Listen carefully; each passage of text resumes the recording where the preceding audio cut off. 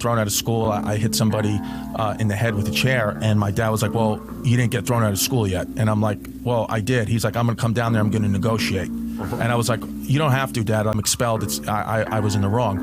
He goes, nah, there's no evidence. And I swear to God, we comes down to the principal's office. I'll never forget this. He was wearing like a New York Yankees batting practice jacket, sweatpants. He had a cup of Dunkin' Donuts coffee. He was wearing his huge chain. He has like the bit, like one of those like Jesus, Jesus' actual height and weight in gold chain. So he walks into the principal's office. And like, keep in mind, I mean, it's, you have to have a meeting with the principal. There's a secretary. There's a whole system. My dad just ignores all that. He goes, which room is it? And I was like, oh, it's that room. So the secretary's like, oh, sir, can I help you? He just ignores, walks in. The principal, I'm seeing this like from behind my dad. The principal was on the phone. And my dad goes, hey, can I talk to you? And doesn't introduce himself, nothing. And the principal's like, excuse me?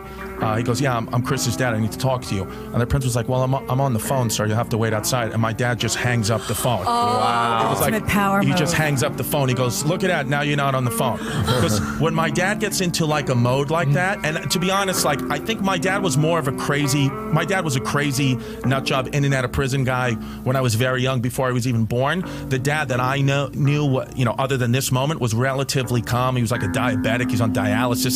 But when I was a kid, I mean, he was in prison. So, the principal didn't know who he was dealing with. You think you're dealing with private school kids, parents, they're very respectable. But my dad's just not that guy.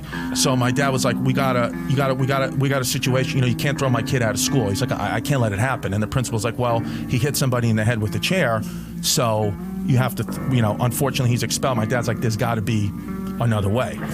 And the principal's like, sir, there's really no other way. Truly, there's no other way. And my dad's like, let's think of another way. He's like, I came all the way here from Staten Island. Let's think of another way. And then the principal just, again, is getting frustrated himself now, as I would. I understand. And he goes, the principal says to my father, he goes, sir, are you stupid or something? I told you he's expelled. Oh, boy. And my dad goes, he looks at me, he goes, Chrissy, did he just call me stupid? Anytime he called me by my girl name, I knew it was getting real. When he called me Chrissy, it was like, okay. So he told me to lock the door. I swear to God, he goes, Chrissy, do me a favor. That's fantastic. I swear to God, he goes, lock the door. And I was like, do you want me to stay in or go out? He goes, you're going to stay in. Oh, no. And I was like, this is all happening right in front of me. And he says to the principal, he goes, okay. He goes, the thing is, you call me stupid, you disrespected me in front of my family, that's a no-no. That's what he said. He goes, that's a no-no. He goes, so here's what we're gonna do.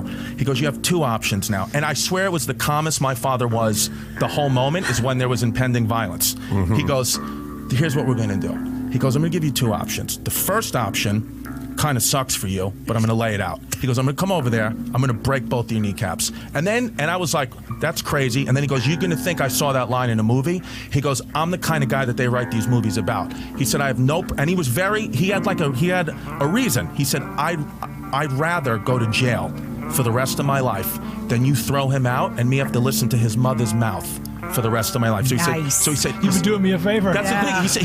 He said to the principal, he said, either way I'm in prison. One's emotional, one's physical. He goes, I'd rather be in physical prison with my friends than have to listen to his mother forever, that it's my fault, that another mistake I made. He goes, so I have no problem beating you up right now. He goes, the second option, just put my son back in school. He goes, and that's the option I hope you would take. And then he's like, I'll give you a minute. And then he just looked at him. And then I swear, like, it was so tense. Like, the principal was white as a ghost. Because now he's like, you can be tough all you want, but now you're locked in a room with a psychopath. So Hold it's on, like, wait a second. I was tuned out for a second. Are we still talking about Koppelman's dad here? Or just another fella altogether? That's a slightly different approach to parenting? Yeah. So the principal made his choice and put me back into school. Wow. I had detention before school and after school every day from September 14th through the end of the school year in June. And I got thrown off the basketball team, and to my father. And to be honest with you, I swear by the end of that year in June, my dad and this principal were like on handshaking, friendly terms. Sure. Like he respected my father. I want to know